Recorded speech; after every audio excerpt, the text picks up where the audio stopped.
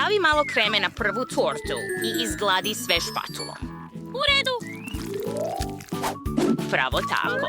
Odlično. Možemo pokriti s drugim slojem. A sada uzmimo kalup u obliku srca i izrežimo oblik srca iz kolača, tako da moja mala Phoebe zna da je baka jako voli.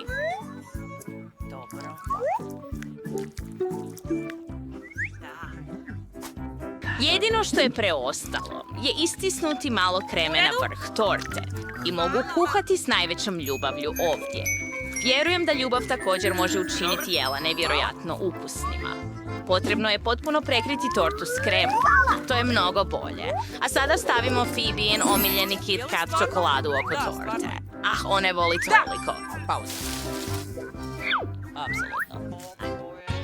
Ne mogu. Samo izdrži. I ostavit ću te. Ova čokolada nije za tebe. Pa, možeš pojesti jednu. A ja ću uzeti još jednu pločicu Kit Kata. Moram podijeliti pločicu Kit Kata na trake i položiti ih u krug tako da cijeli kolač oko njega bude Kit Kat. Sada treba Maltesers čokoladne kuglice. Rasporedimo ih oko cijelog perimetra. A sada su u bombonima. Tako su lijepi. Mogu složiti višebojni uzorak s njima. Tvoj red. Wow.